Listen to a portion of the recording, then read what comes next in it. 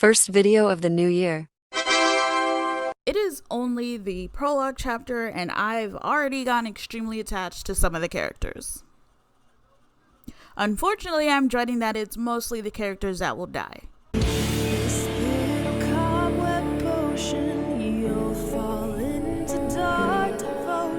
Ladies, gentlemen, and everyone on the non-binary spectrum, my name is Miss Hexley, and I'm here with a fun little prediction video. I got the idea from Weeby News, and I thought it'd be fun to throw my own in there, especially with the prologue chapter officially out, and give you more of an idea of the characters and their personalities. I really like all of the characters and how they're written. What stood out to me is that the Eden's Garden team wanted to give a different narrative vibe than the mainline Danganronpa games, and you can easily feel that with this game. There are characters that are straight up dickheads or just little shits, but they're not written to the point where they're uncomfortable to sit through. For instance, for as much as I adored Mikan, those fan service moments where it's implied that she put herself in those situations for attention got old so fast. The same can be said for characters like Kyoko and Miyu. The former being a complete unwarranted asshole, and the other being the same but has a degradation kink. In terms of Hyoko, when I say thank God in response to her death, something went wrong in the writer's room. The same can be said for Miyu. Even if she was somewhat useful, it was still the same reaction for me. The caveat is that two characters I liked had to be sacrificed for it, but it is what it is. Their sacrifice was not in vain. Except for Gontas, technically. I also want y'all to know that I'm thinking of this shit as I go, and that it's not gonna be coherent in terms of proper numbers and shit. So I'll probably end up with more culprit ideas than victims, so be warned. You know that flapping thing you were doing with your mouth just then? You mean expressing my opinion? Yeah, that. No more of that. So Damon is immediately a breath of fresh air. All of the protagonists for mainline games are very much the same type of optimistic hope junkie, or they just don't believe in themselves. They're very soft boys and girls. Damon is literally the opposite. He's a dickhead, and he's very confident in his talent. He has a very bloated sense of self-importance. I've said it before other places, but he gives off Daniel Dankovsky vibes. Don't say anything, Squidward. Remember your karma. What? He even comes equipped with people taking well-deserved shots at him. Cassidy pretty much agreed with me on his talent being a bargain bin version of Wolfgang's talent. Damon has a very antisocial demeanor. He's this person that convinces themselves that he's too good for everyone else and that he is the end-all be-all. Like the line where he's like, finally, a school worthy of me gave me the biggest eye roll ever. But that's what makes me so interested in what the story has in store for him. Like, he's a dickhead, but you can easily get the vibes that this attitude is some sort of rebellion for him. Or I could be wrong. I feel like he's going to be the cause of someone else's death. Not like he's going to commit murder, but something he says or does will be a fuse that gets someone killed or causes someone to kill. When it comes to speculating on the protagonist, I don't see a lot happening outside of just character development because he's the player character. Like, it can easily be a cop-out where Damon dies or he's the mastermind, but I can't see the mastermind plot happening without pulling, well, an ass pull. Like some real Travis Santiago shit. Like, ha ha ha, perfect. That was my plan all along. So for me, he's either gonna cause a death or be a plant.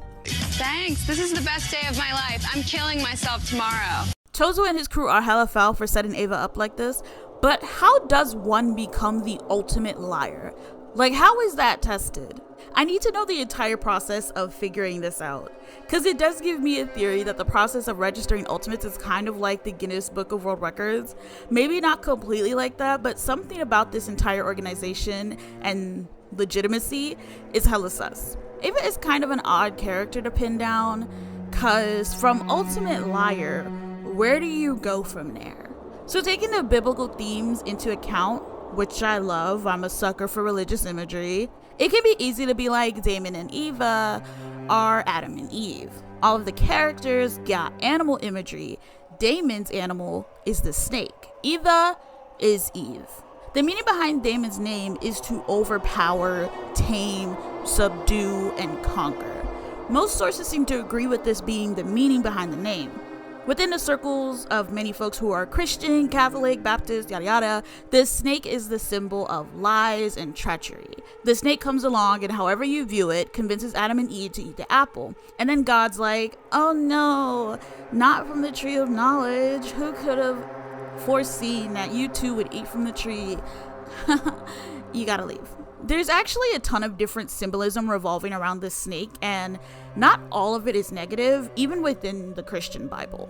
But if we go with my theory that Damon is a plant or some sleeper agent, his snake imagery to Eva's namesake is very suspicious.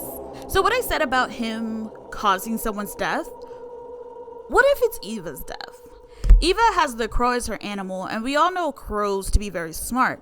So I can see it becoming a situation like from the first game where the mastermind saw Kyoko and Makoto as a threat and tried to get rid of them all in one swoop. He sets her up without even really realizing it, like he sets her up to quote unquote break the rules, and Mara is given the green light to get rid of her. Crows are heavily associated with death, like in Christianity and Celtic tradition, but are also seen as symbols of rebirth and wisdom for different Native American tribes. So while Eva may be slated to die, I think her death could be the catalyst for ending the killing game and exposing Tozu's group. I think the only thing I don't vibe with in terms of that theory is that it can be seen as fridging, but also martyrdom is also a part of the biblical references. So I actually do cuss a little. Do you? Also, yeah. What's your favorite curse word? Probably fuck. Immediately, a lot of people are like, his animal is the sheep and his name is Wolfgang, so like a wolf in sheep's clothing. But I feel like the team knows that this is the conclusion a lot of folks will make, so he's the red herring. Again, with the biblical references, we have Jesus being the shepherd and shepherds being heavily associated with sheep. Sheep represents this peaceful nature, and they're seen as having to need protection from the harsh reality that is wolves wanting to eat them. But also, once again, we have this allusion to sacrifice in the sheep because within the Bible, the sheep represents Christ or followers of Christ. So I'm more confident in Eva being the martyr, but also Wolfgang making a pretty compelling case. Like, I know I said Damon could get Eva killed, and I suggested he could set her up to break a rule and be killed by Mara, but now I'm thinking that the person who kills her is actually Wolfgang. Also, while I was playing the prologue, I realized that there could easily be a Cain and Abel situation between Damon and Wolfgang, because they are similar with their talents, but they're also opposites in their demeanor. Like, I can imagine Tozu slowly corrupting Wolfgang and leading to this whole explosion of madness where he kills Eva and Damon outing him as the culprit is this, like, inverse of Cain sacrificing Abel. This is also the part where I add in that Tozu's mask is a ram, and ram are sheep. Bro, my brain is on a roll. That sounds fucking great. Like, I don't even care if this is completely off from what is gonna happen. The mere fact that my brain was like, oh, so you want to theorize? Oh, I got something for you. Don't worry. I don't think I would be ready to see Wolfgang go down that path, though. Like, I do hope that there's some AU game where the killing game doesn't happen at all, but who knows. Regardless, I see Wolfgang being a culprit. So just chill out. You know, drink a 7-Up. Eat a moon pie. Quit murdering people. So far, I love Desmond. He's my precious babu. And I don't know where to place him because there's a compelling case for him being a culprit, but also being a victim. As a culprit, I can see him accidentally killing someone. But as a victim, I can see him being killed in a quote-unquote presumed self-defense. Though I can see it being more of an accidental killing, just because I feel like it would tug on the heartstrings more. Both play into his animal being the shark, regardless. Anytime a shark kills, it's all a part of nature's circle of life shtick, and they never go out of their way to attack humans unless humans are encroaching on their territory and they see them as a threat. It would be so sad because he states that he doesn't target living things, and with Danganronpa, it's always some trauma related to that type of stuff. I can see him breaking down during the whole trial after he's exposed as the culprit, and I will not be able to handle any of it. It's gonna be Gonta all over again. It doesn't help that his name means gracious defender too. Good morning, Starshine. The Earth says hello. So Ingrid's animal is the lion. Lion symbolism usually involves courage, protection, and strength, and she does give off strong protector vibes. So specifically in terms of a lioness, though, they tend to represent feminine power and protection as well as a matriarchy. This also brings me to my next point, because the lioness is the hunter of the pack. The lion protects the home, but the lioness goes to get food. The lioness is the predator, which is why I think Ingrid is going to be a culprit. Normally in Danganronpa, the beefcakes are often the victims in some way, shape, or form, and the team behind Eden's Garden have stated that they want to have a different narrative vibe from the mainline games.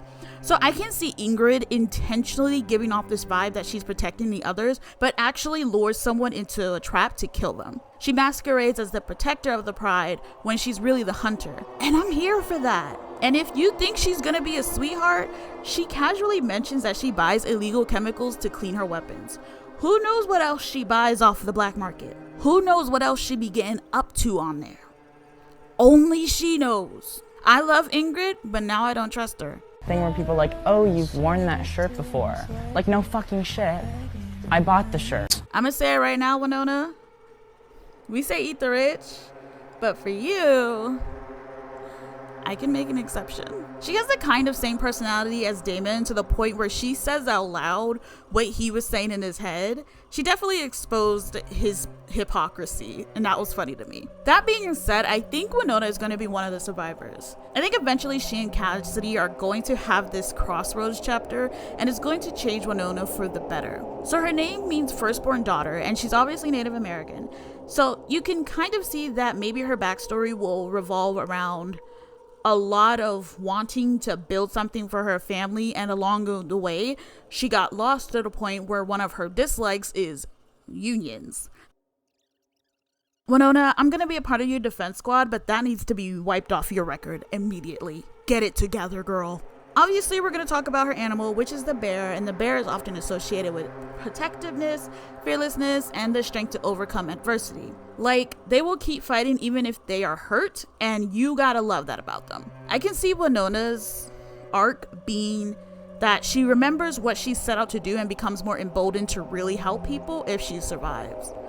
While I'm not too sure, I can see her being somewhat like Damon in personality, being useful if Ava does die. Proletariat shall waver in vain no longer! 6 a.m. The world to seize the means of production! Cassidy immediately became one of my favorite characters because she's such a dork. She immediately places herself at an opposite end to Wenona, as she has more altruistic views. Cassidy's animal, or insect, is the spider, and it may seem typical, but I think she's going to be a culprit. The spider imagery and her communist views, as well as the biblical imagery, make me think that this sense of martyrdom and sacrifice will flavor a lot of the story. Like, we associate spiders with weaving. They weave their webs and lure in curiosity seekers and insects foolish enough to think that they can squeeze through the gaps of those webs. We associate weaving with an art that is meant to be showcased and looked at in awe, and I think much like my theory that Wolfgang is going to go out with a bang and take Eva with him, so will Cassidy in her own way. So she'll murder, but she'll murder to make a statement. Cassidy's name also means the clever one. Much like how the mainline games are heavily influenced by a school setting, I can see the same being applied to Eden's Garden Academy, where it borrows from Christian or Catholic schools, where the characters are slowly being influenced by whatever teachings that Tozu may be trying to instill in them. Maybe Cassidy uncovers something, but knowing she's being watched, she just goes about it in a very interesting way, and in doing so reveals something about the game or about the people running it or whatever. I don't know who she could possibly kill, but I feel like she's going to kill. Are you high? Why are we going so fucking fast, nigga? Hell, what? I think a lot of suspicion can easily be casted on Jett because he's masked. He's described as being scarred in an accident, waiting to heal, and he's covering up his body. So we touched a little bit on the whole idea of a wolf in sheep's clothing with Wolfgang, but Jett's animal is actually a wolf. Being that he's covering himself, he can be better suited for this saying.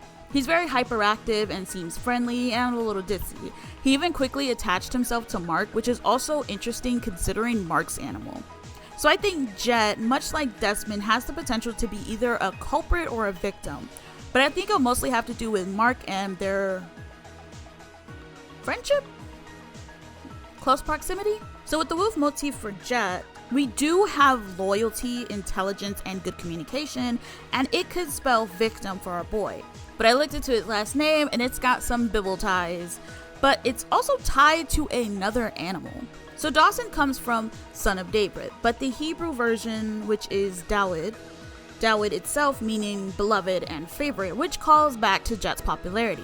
But also the name can be from the Old English daw, which is a nickname for a jackdaw bird. And the symbolism associated with jackdaws are a mischievous nature, shrewdness, and even narcissism. So not a wolf in sheep's clothing, but a jackdaw in wolf's clothing. Isolated and an easy target because he would definitely have more sway over someone as introverted as Mark in an intense school setting, but in a killing game? Say less. I hate it here! I want to go home! So a big reason as to why I think Jett has victim potential is because Mark's animal being an alligator. So the thing about both the wolf and the jackdaw is that both are loyal animals. Alligators can be loyal too, but when a lot of people generally think of alligators, they tend to think of how alligators hunt. Ambush predators waiting to strike, and then they drag their prey into the water to drown them and stop them from fighting back. This also makes the choice of his name very interesting because Mark has two different origins, both very relevant to my speculation. One being the Mark is derived from Mars, the Roman god of war, aka Ares. The other being a more Bible-related and meaning polite, and a reference to the Gospel of Mark, which ends with a promise to meet in Galilee. All I know is I'm gonna be watching you, Mark, along with your budding proximity to Jett. Maybe they'll tag team murder someone, which would be different for the series. Maybe they won't. All I know is I got my eyes on you.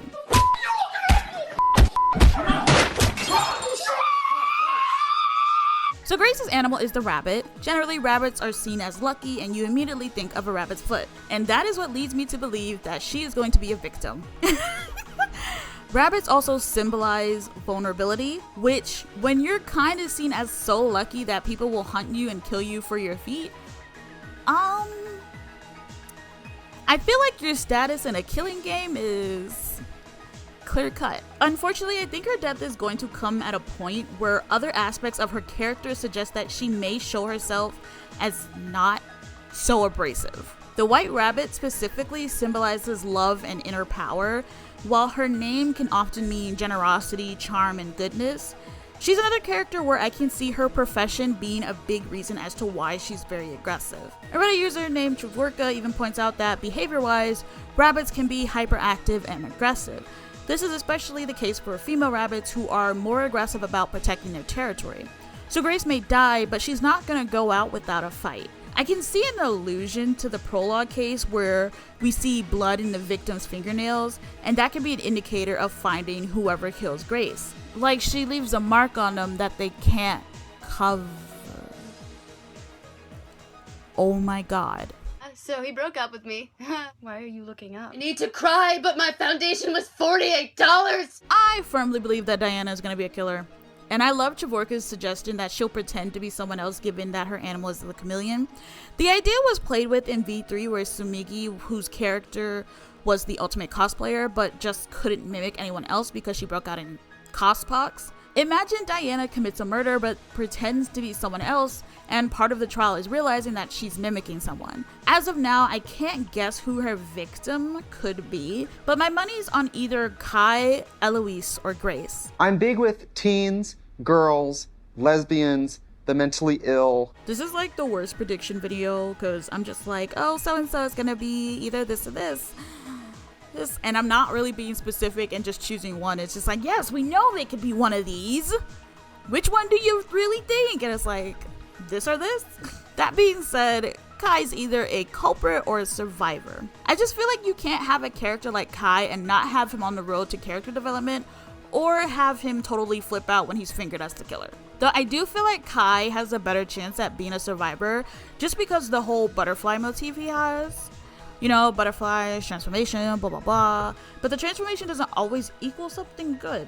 Butterflies do symbolize bravery and hope. In general, a lot of cultures have positive folklore surrounding butterflies.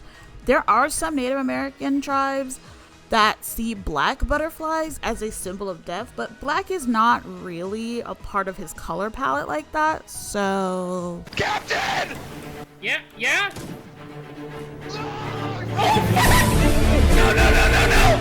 I'm not gonna lie, Jean is a tough one to place. Assuming his dragon is a Western dragon, then that does spell bad news for Jean and Jean lovers everywhere. Bringing in Chavorka on this, it's a pretty good idea that since dragons are mythological, that there's a chance that Jean could be lying about his stories. I like that idea a lot. Like, Jean seems to have a thing against being called a pirate, but dude may straight up just be a pirate. Much like Ingrid, I think Jean has the makings of a malicious beefcake. Honestly, with dragons also kind of symbolizing destruction, Jean might get a two-piece murder going. Really, I can see Jean being a culprit because I could see a cool execution that involves some sea monsters. What the fuck was that? It was me, Michaela Van Buren. Oh, Jesus Christ. Is that a fucking gremlin? I know this is a death game featuring mostly high school students. That's the entire genre. But there would be something really dark about Toshiko dying during this because, remember, she's 13. She's a baby. That being said, though, I think she'll live. Chavorka again. First off, I didn't know that thing about flamingos, and I think that's really cool. But I think there are other factors that spell out that Toshiko could be a survivor. From the prologue alone, Toshiko basically took a back seat for most of the investigation, but I think as time goes on and more people start dropping, Toshiko is going to show more of a willful determination to survive on her own terms. Flamingos also represents balance and harmony, so I can see her resolve moment being this point where whoever's left really get their shit together and actually survive. Alternatively, I can also see her having this resolve moment, but then still being killed off, funnily enough. But I think she's gonna survive. I'm confident she might survive. I'm not gonna be okay if she doesn't. One eye open when I'm sleeping. One eye. I don't know what I expected in terms of personality when it came to Wilhelm, but it definitely wasn't a sleepy boy. Unless it has something to do with history, he tends to write stuff down to remember it, and I feel like that's why he's going to be a victim. Honestly though, I don't really know whether it's by another student's hand or Tozu and Mara. I feel like he'd be in a position kind of like Rentaro and Kirigiri, where they know too much and have to be taken out. But I think his circumstances could be interesting. Much like how you get the bad ending in the trial where the mastermind is trying to frame Kirigiri, I feel like this is something that could happen to Ulysses. I can see him stumbling on something that'll really help uncover the mastermind group or the big secrets of the school, and his journal playing a key part in all of that. It would make sense with his animal being the owl, who are known as symbols of wisdom. It would also be kind of be like Ulysses tricking Polyphemus and blinding him, which allows him and his men to escape during the Odyssey, but in doing so it pisses Poseidon off. Before his death, I think Ulysses would leave his journal or scattered notes to help the rest of the survivors. I must say, sitting through a trial then realizing after it's too late that Ulysses was set up would just break me. Oh man, it says please do not touch the gumballs. Why are they there then? I'm not ashamed by how fast I whoopified Eloise just because she gave me Mekon vibes. She seems really shy and sweet, and that's all the more reasons I can't trust her. I love her, but I can't trust her. Why? Because her animal is a swan. And sure, we could think of the ugly duckling that turned into a beautiful swan, but who's to say that Eloise didn't already have that transformation before the game? Swans are hella pretty and represents elegance, but swans are also evil little bastards. Swans and geese are demons in feathers. I kid you not, when I was looking up swan behaviors, the first thing that popped up for me said, and I quote, "While geese are noisier aggressors, swans intimidate with their sheer size." I'm telling y'all better watch her. She gonna kill somebody. She gonna show why there needs to be an Untitled Swan game. Alright, so this is really fun. This was also really short, I feel like. I hope you enjoyed this video. I know culprit victim numbers are a bit lopsided. Maybe, I don't know. I didn't count it.